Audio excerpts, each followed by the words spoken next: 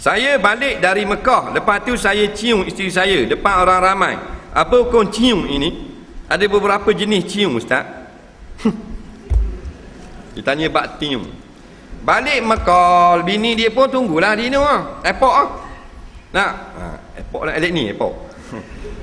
Yang ladang ni. Nah, jadi bila balik tu dia pun cium bini di depan khalayak ramai. Jawabnya nak tahu dulu cium kat mana? Cium tangan. Cium tangan boleh, tak ada masalah. Nah, ada pun cium siapa cium mulut, cium pipi je apa benda ni, sukutul muru'ah. Sukutul muru'ah mana menggugurkan maruah. Nampak? Jangan bercium di khalayak ramai gitu. Betul dah bini mung. Kita kena jaga kau benda lagu ni. Cium tangan sudah Nak cium lebih balik rumah. Faham?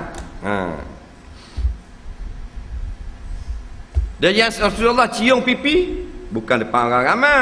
Orang ternampak Nabi cium pipi isterinya. Faham? Sebab tu kita jalan gitu kau, tak boleh berpeluk dengan bini kita. Dah bini kita kan tahu, dah bini mung, baru dak jimak kat rambut. Tak boleh. Faham? Piping tangan saja. Ni berpeluk-peluk tokok-tokok macam belakang. Orang tegur dia tak apa, ini aku tak boleh kau anda gitu. Nampak? Dia ada adab di luar rumah, ada adab depan orang ramai, ada adab belakang orang. Depan anak tak boleh dah. Soalan terakhir, bila selesai majlis akad nikah, boleh tak suami cium isteri? Cium lagi. Dia hadapan tetamu yang termasuk tetamu yang bukan mahram. Rapok tu ni bagi cium tu. Ni banyak berlaku lepas nikah, cium. Jawabnya jangan buat gitu. Batal ismayang ni dalam bilik sekarang. Faham tak? Batal ismayang. Baiklah, kita ambil lah tahun 70-an kita cek-cek itu kita tengok kau. Iaitu pengantin laki-laki, dia olor tangan, isteri dia cium. Tu comel kau. Bini cium tangan. Ni cium pipi, dia jakit, cium pipi. Aku cium dahi. Yang cium dahi ada tak? Boleh 5 tahun lagi, komen terus depan Tok Imam. Jadi macam nikahnya pengantin-pengantin di gereja. Di gereja kan ditiung lepas nikah. Faham? Jadi main tiung-tiung gini bukan budaya Islam. Faham tak? Walaupun hukmu halal dah, dia masih lagi dia ada dalam kawalan. Di barang kawalan. Walaupun benda tu hak kita dah buat ikut pandai. Kadang-kadang jadi rosak. Orang kata mu dak tukar selendar motor mu. Anda aku untuk aku. Nampak? Dia pun dak tukar selendar 9 tahun. Dan oleh letak lepung terbang motor. Tengok atas-atas motor. Do re mi tu. Jadi walaupun barang kita dia kena ikut peraturan. Jadi jangan kita terikut-ikut. Banyak pengantin ni makin ikut. Siapa idola dia? Dalam majalah-majalah nikah buat benda ni. Benda baru orang pun bak sangat buat benda baru. Dulu orang tak buat, dia ni buat. Dulu tangan ingat ni pengantin, ingat di jari hujung. Lening ni tangan pengantin. Macam Undertaker lengan. Faham tak? Makin ditiru, makin ambil hak Hindu, ambil hak ni, ambil hak ni. Jadi tengok orang putih tiung, arti-arti kita yang tak ada didikan agama, dia tiung antek. Kita tak buat nak tiung lebih-lebih dah, buat kat sikit. Pasal ambil bagian kelas jugalah, bagian tiru arti. Batu kita baca kitab hadis, maka apa benda akhlak kita, kehidupan kita cara hadis. Tapi kalau kitab kita URTB, fashion, majalah-majalah, maka itulah hak jadinya. Bertiung. Ni pula ada pra-wedding pula. Ni ngarup lagi. Pra-wedding ni bukan nikah sungguh. Macam nikah sungguh dah siap dengan duduk, dengan berani, dengan piping tangan, dengan gambar gloli batin. Nampak? Jadi manusia ni memang lara sungguh. Waktu ada satu profesor dia kata, orang Melayu ni dia macam negro. Jenis macam negro dia berhari galau.